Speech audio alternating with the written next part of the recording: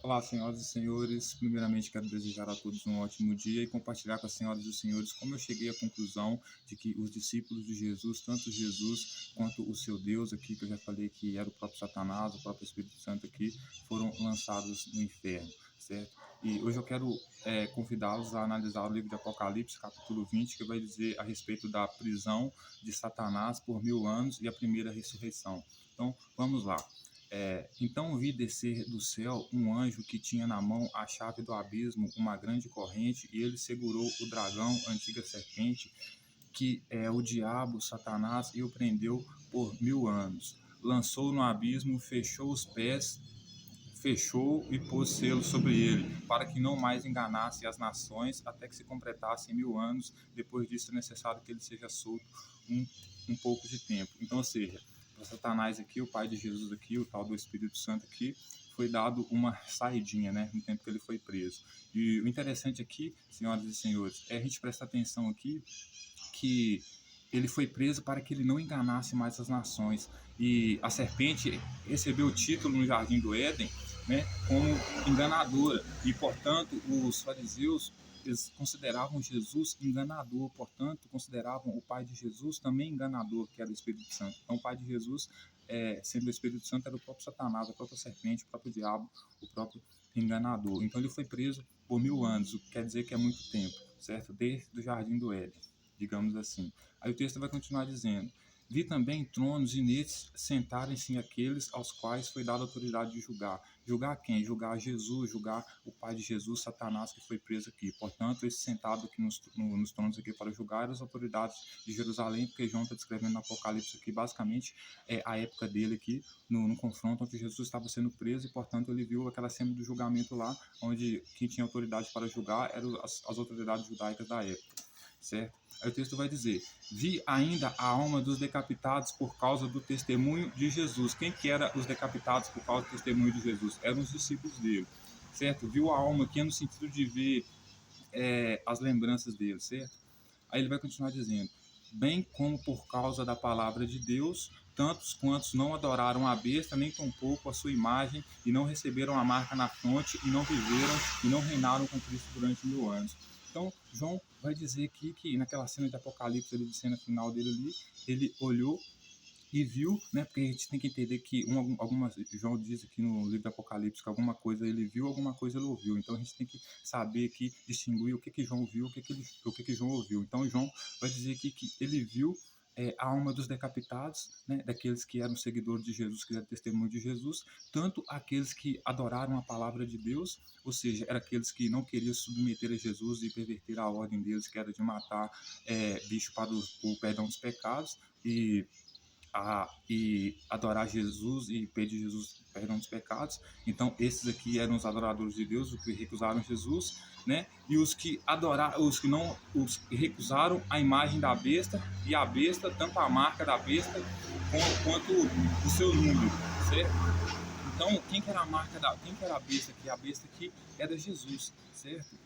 Como a gente já viu muito antes aqui. Então João vai dizer que viu a alma, a lembrança de todos aqueles decapitados, ou seja, porque tinha acontecido a matança, como Jesus disse que havia acontecer, que o que morreu tanto aqueles que não quiseram adorar a imagem dele, porque os discípulos de Jesus quiseram fazer uma imagem dele e obrigar todos a adorarem a imagem dele. Então morreram todos, tantos aqueles que não quiseram aceitar a imagem da besta, que eram os verdadeiros adoradores do Deus judaico, como os seus discípulos que eram o testemunho dele, certo? Ou seja, viu a alma deles, de todos eles decapitados. Aí ele vai dizer: os restantes dos mortos que reviveram até os restantes dos mortos não reviveram até que se completassem os 1000 anos. Esta é a primeira ressurreição. Então, qual que é a primeira ressurreição de João aqui? A primeira ressurreição aqui não é no sentido de uma pessoa levantar e sair do túmulo e ir andando. A ressurreição de João aqui é no sentido de nascer de novo. Então, Jesus vinha trazer uma nova doutrina, uma nova lei, pervertendo a ordem e a tradição judaica, que era fazer com que as pessoas parassem de matar bicho para perdão dos pecados e começassem a pedir a ele perdão dos seus pecados. Então, todas as pessoas que não aceitassem essa doutrina dele era vista como mortas, certo? Então, ressuscitar aqui seria aceitar a doutrina dele, parar de matar bicho para perdão dos pecados e começar a pedir a ele perdão dos pecados. Isso aqui é a ressurreição, certo?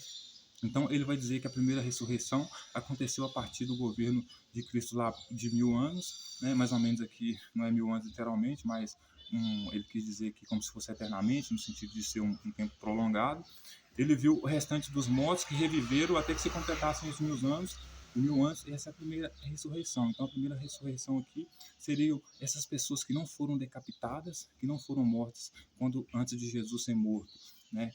Para essas pessoas aqui, senhoras e senhores, que foram restantes dos mortos, foram as pessoas que sobreviveram após o massacre de Jesus, contra as pessoas que não queriam abandonar a sua tradição de matar, por exemplo, bicho para o perdão dos pecados e pedir ele perdão dos pecados. Esses eram os mortos aqui que tiveram a primeira ressurreição, ou seja, que passaram a exercer essa doutrina, né, abandonar a doutrina judaica de perdão dos pecados, matando o bicho, para aceitar a doutrina de Jesus de ter o perdão dos seus pecados perdoados através do perdão de Jesus. Essa é a primeira ressurreição, ou seja, aqueles que sobreviveram e aceitaram essa doutrina.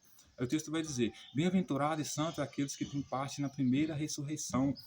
Sobre esses, a segunda morte não tem autoridade, pelo contrário, serão sacerdotes de Deus e de Cristo e reinarão com ele durante 1000 anos. Então, João vai dizer que bem-aventurado, ou seja, bem feliz e santo, ou seja, e salvo, é aquele que tem parte na primeira ressurreição, ou seja, é aquele que sobreviveu daquela matança e agora está exercendo a doutrina de Jesus, obrigando as pessoas a pedirem Jesus perdão de seus pecados, né? Ao invés de matar bicho para perdão de seus pecados, como acontece até hoje, né? As pessoas pervertem a lei judaica, né? Pedindo Jesus perdão de seus pecados, enquanto a lei tradicional, original judaica, é matar bicho para o perdão de seus pecados. Então, João vai dizer que bem-aventurados são esses que tiveram parte na primeira ressurreição, ou seja, que após a morte de Jesus, os seus seguidores vieram exercendo a tradição que ele deixou, a doutrina que ele deixou, que é o que? Obrigar as pessoas a pedirem, aceitarem Jesus como perdoador dos seus pecados, pervertendo a lei judaica original, que é ter perdão dos pecados através da morte de animais, certo? Por quê? Porque eles seriam sacerdote de Deus, ou seja, o Pai de Jesus, o Espírito Santo, e de Cristo, e reinariam com ele durante 1000 anos. Que é exatamente o que aconteceu, né? Jesus morreu, né? Mas a tradição e a doutrina dele ficou, né? Por quê? Porque os que fizeram parte da primeira ressurreição são os mesmos que obrigam hoje as pessoas, né, a perverter as leis judaicas e pedir perdão dos seus pecados a Jesus ao invés de matar os bichos. Né? Então, por isso eles se tornaram sacerdotes de Cristo, mesmo Cristo tendo morrido, e sacerdote de Deus, o Pai de Cristo aqui, sendo o Espírito Santo, o próprio Satanás aqui, o próprio diabo aqui, que inventou essa doutrina aí de matar bicho, de pedir Jesus perdão dos pecados, né, ao invés de matar bicho, que é a verdadeira lei e tradição judaica. Certo? Aí o texto vai dizer: Satanás é solto e derrotado, né? Quando, porém, se completarem os 1000 anos, Satanás será solto da sua prisão e sairá a seduzir as nações que há nos 4 cantos da terra, Gog e Magog, a fim de reuni-los para a peleja. O número desses é como a areia do mar, ou seja, o número dessa gangue que Satanás vai reunir aqui é grande, como a areia do mar, não dá para contar, né, nesse sentido, né? Então, marcharam então pela superfície da terra, sitiaram o acampamento dos santos e a cidade querida, desceu, porém, fogo do céu e os consumiu. Quem que queria sediar a cidade santa aqui, que é, no caso, Jerusalém, ou seja, causar o caos lá? Era Jesus, né? Então, essa primeira ressurreição aqui foram aqueles que vieram depois da morte de Jesus, que continuaram dando a ressurreição do morto aqui são aqueles que vieram depois da morte de Jesus, que queriam fazer a mesma coisa que Jesus queria fazer a princípio, que era atacar a cidade de Jerusalém, certo? E os santos que estavam lá, que portanto eram sacerdotes, saduceus, etc. e tal. Aí o texto vai dizer que desceu, porém, fogo do céu e os consumiu. Aí olha só o que o texto vai dizer: o diabo, o sedutor deles, foi lançado para dentro do lago de fogo. Então, ou seja, o Espírito Santo aqui, o Pai de Jesus, foi lançado para dentro do lago de fogo e enxofre. E também se encontram não só a besta como o falso profeta, e serão atormentados dia e noite pelos séculos dos séculos. Então, ou seja, a besta aqui era era o Jesus, o dragão aqui, o diabo era o Espírito Santo, o pai dele, certo? E o, e o falso profeta aqui seriam Tiago e João, que queriam obrigar as pessoas a adorarem a imagem de Jesus, né? Então eles foram lançados no fogo do inferno, certo? Aí veja só o juízo de Deus, certo? Vi um grande trono branco e aquele e aquele que nele assenta, cuja presença fugiram a terra, o céu, e não se achou lugar para eles. Vi também quem? Os mortos, os grandes e os pequenos, posto em pé diante do trono. Então se abriram abriram livros, ainda outro livro, o livro da vida foi aberto, e os mortos foram julgados segundo as suas obras, conforme o que se achava escrito nos livros. Deu o mar os mortos que nele estavam, a morte e o além entregaram os mortos que neles havia, e foram julgados um por um segundo as suas obras. Então, quem que eram os mortos aqui, senhoras e senhores? Os mortos aqui eram aqueles que faziam parte da gangue de Gog e Magog, liderada por Satanás, o pai de Jesus aqui, certo?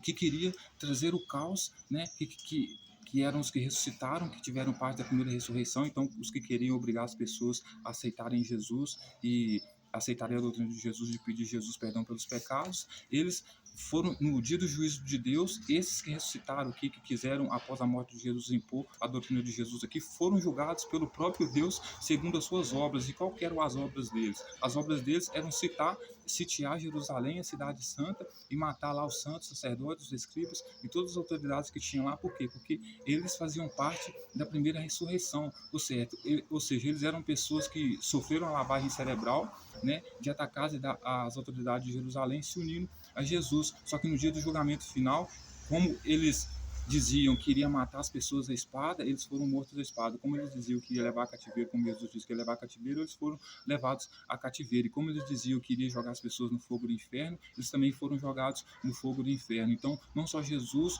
como os seus discípulos foram jogados no lago de fogo, como seu próprio Deus lá, que era o Satanás, o diabo, a serpente lá, como também aqueles que fizeram parte da primeira ressurreição, que vieram depois dele, estabelecendo exatamente essa mesma ideologia, essa mesma prática que ele. Então foram julgados segundo as suas obras. Então, ou seja, João disse, se você, um recado para Jesus, se você disse que vai matar a espada, você vai ser morto a espada, porque Jesus dizia que ia matar a espada. Por isso manda os discípulos vender tudo e comprar espada. E dizia também que ia levar a cativeiro. Então, ou seja, eles foram levados a cativeiro, eles foram mortos à espada, e não só foram lançados ao fogo, como dizia que iria lançar ao fogo as outras pessoas também. Aí, então o texto vai continuar dizendo: então a morte e o inferno foram lançados para dentro do lago de fogo. A morte e o inferno, esta é a segunda morte, o lago de fogo, certo? Então a segunda morte também já passou, a ressurreição aqui já passou, vocês entenderam o que é a ressurreição aqui, certo? E se alguém não foi achado escrito no livro da vida, esse foi lançado no lago de fogo. Então, senhoras e senhores, veja bem, todos os discípulos de Jesus, os que vieram depois da morte dele, que João vai chamar aqui dos que eram mortos, mas que ressuscitaram, certo? Ou seja, que se tornaram seguidores de Jesus e da sua doutrina, todos eles foram lançados no fogo do inferno. Por quê? Porque eles eram filhos da morte, né? Eles eram, portanto, mortos, né? Mas que tinham ressuscitado porque estavam cumprindo as vontades de Jesus ali. Então, todos eles foram julgados segundo as suas obras. Então, vocês mataram, vocês queriam jogar no fogo do inferno, vocês vão ser mortos, jogados no fogo do inferno. Então, o livro da vida, nem esses seguidores de Jesus foram encontrados nesse livro da vida aqui no dia do juízo de Deus, certo? Então, essa foi a conclusão que eu cheguei do porquê Jesus foi jogado no inferno junto com seus seguidores, certo? Tanto que vai dizer em Mateus lá o seguinte, vai dizer assim, qual pai, o filho tendo fome, pedindo pão, o pai lhe dá a pedra. E é o próprio Pai de Jesus que faz isso, que é o Espírito Santo, que o texto vai dizer que o Espírito Santo vai guiar Jesus sobre o deserto, ou seja, Jesus não tem mais ninguém no deserto, só o Espírito Santo e Jesus.